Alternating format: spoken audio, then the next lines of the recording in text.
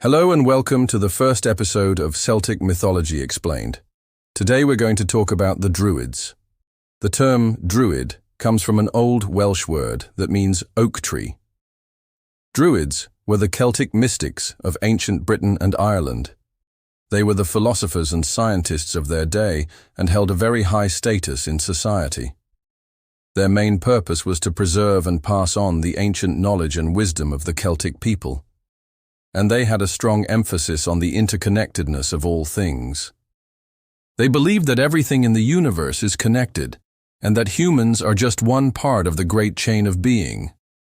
This belief system led them to develop a deep respect for nature and the environment, which is still relevant today. The Druids lived in small communities and were self-sufficient. They grew their own food and made their own clothes and tools. They were also skilled healers and often used plants and herbs to treat illnesses. Despite their peaceful lifestyle, the Druids were not pacifists. They believed in the right to self-defense and would fight if necessary. However, they preferred to avoid war and bloodshed whenever possible. Druidism was a highly respected profession, and Druids were often called upon to settle disputes and offer advice to the community. They were also responsible for performing religious ceremonies and rituals. These ceremonies were usually held in sacred groves or clearings, and often involved the use of fire and water. The Druids believed that these elements were sacred, and that they could be used to connect with the gods. One of the most important aspects of Druidism was the belief in reincarnation. The Druids believed that the soul never dies, and that it is reborn into a new body after death. This belief led them to value all forms of life and to believe that every creature has a soul. The Druids also believed that there is more to life than what we can see or hear. They believed that there is a spiritual world all around us that is full of energy and power. They believed that this spiritual world is full of both good and evil, and that it is up to us to choose what we believe in and what we follow. Although Druidism is no longer a major religion, its influence can still be seen in modern society. Many people today are drawn to Druidism because of its focus on nature and spirituality. There are also several Druidic organizations that are dedicated to preserving the ancient traditions of Druidism. Unfortunately, much of what we know about the Druids comes from Roman and Greek sources, who often wrote about them in a biased or inaccurate way. These accounts can help us get a general idea of what Druidism was like, but we will never know everything about it. However, despite the lack of accurate information, the Druids continue to fascinate people today, and their legacy lives on in modern paganism and environmentalism. The Romans invaded Britain in 43 AD under the Emperor Claudius and remained for almost 4 centuries. During their occupation, they encountered the Celtic Druids and wrote extensively about them, often portraying them in a negative light. One of the most famous Roman writers who wrote about the Druids was Pliny the Younger, who described them as the most skillful of the barbarians in the practice of magic and the most superstitious. He said that they lived in groves and performed human sacrifices, and that they practiced divination by examining the entrails of sacrificed animals. Another Roman writer who wrote about the Druids was Julius Caesar, who mentioned them in his book The Gallic War. He said that the Druids were held in high regard by the Gauls, and that they had great influence over the people. Caesar also said that the Druids were responsible for training young warriors, and that they taught them the arts of war. Despite these negative accounts, there is evidence that the Romans also had a grudging respect for the Druids. For example, Pliny the Younger noted that the Druids were highly respected by the barbarians, and Caesar mentioned that the Druids had great influence over the people. It is possible that the Romans were both fascinated and intimidated by the Druids and their mysterious practices. It is important to note that the Romans were not the only ones to write about the Druids. The Druids themselves left behind some of their own writings, such as the Lebor Gabála, which is an early Irish text that describes the origins of the Druids.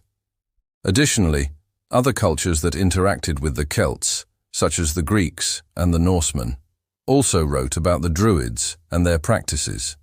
These accounts can help us get a more complete picture of what Druidism was like. Despite the amount of writing about the Druids, much of what we know about them is still a mystery.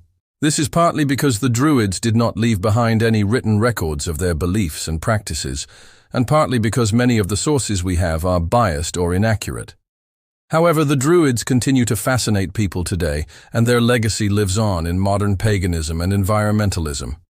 Druidism was a nature-based religion, and the Druids believed that everything in the universe was connected. They believed that humans were just one part of the great chain of being, and that everything in nature had a sacredness to it. This belief led them to develop a deep respect for the environment and a desire to protect it from harm. This reverence for nature is evident in the Druids' choice of sacred sites. They often chose places of natural beauty and ecological significance, such as groves of trees or springs of water, as the locations for their rituals and ceremonies. These sites were seen as places where the veil between the physical and spiritual worlds was thinnest, and where they could most easily connect with the gods. The Druids' connection to nature also led them to develop a deep knowledge of plants and animals. They were skilled herbalists and used their knowledge of plants to heal the sick and injured. They also had a deep respect for animals and saw them as sacred creatures that should be treated with kindness and compassion. This reverence for nature is still alive and well today among many pagans and environmentalists who are inspired by the Druids. Many people today are drawn to Druidry because of its focus on nature and spirituality. There are several Druidic organizations that are dedicated to preserving the ancient traditions of Druidry, and many people who follow the modern form of Druidry identify themselves as such. Druidry is a nature-based religion that emphasizes the interconnectedness of all things and the importance of living in harmony with the natural world. It is a spiritual path that is open to people of all backgrounds and beliefs, and it is one that is rich in tradition and symbolism. If you are interested in learning more about Druidry, there are several resources available online and in libraries. You can also contact a local Druidic organization to find out more information about their beliefs and practices. Let me tell you about the Celtic tree calendar.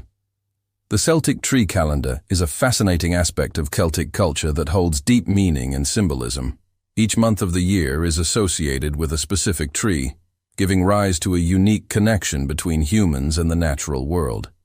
This calendar reflects the Celtic reverence for nature and their belief in the interconnectedness of all living beings. There are 13 trees in the Celtic tree calendar, and each tree has its own unique properties and meanings. For instance, the oak tree, which is associated with the month of June, symbolizes strength, wisdom, and endurance. The rowan tree, linked to the month of January, is seen as a symbol of protection and healing. Through this calendar, the Celts recognize the cyclical nature of life and the importance of living in harmony with the rhythms of the natural world. The Celtic tree calendar is not only a reflection of their deep connection to nature, but also a testament to their belief in the interconnectedness of all living beings. The Druids, who were the custodians of Celtic knowledge, played a vital role in preserving and transmitting this calendar from generation to generation. They recognized the profound wisdom contained within the Celtic tree calendar and its significance in understanding the cycles of life, death, and rebirth. For those interested in exploring Celtic culture and spirituality, the Celtic tree calendar offers a rich source of symbolism and insight. By delving into the meanings and properties of each tree, one can gain a deeper appreciation for the Celtic worldview and their reverence for the natural world. Whether you're a nature lover, a seeker of spiritual wisdom, or simply someone who appreciates the beauty of ancient traditions, the Celtic tree calendar is sure to captivate your imagination and deepen your connection to the natural world around you. I hope you enjoyed this episode of Celtic Mythology Explained. If you did, please leave a like and subscribe so you don't miss future episodes. Next one is Episode 2, Stonehenge and the Druids, Myth or Reality. Until next time, stay mystical.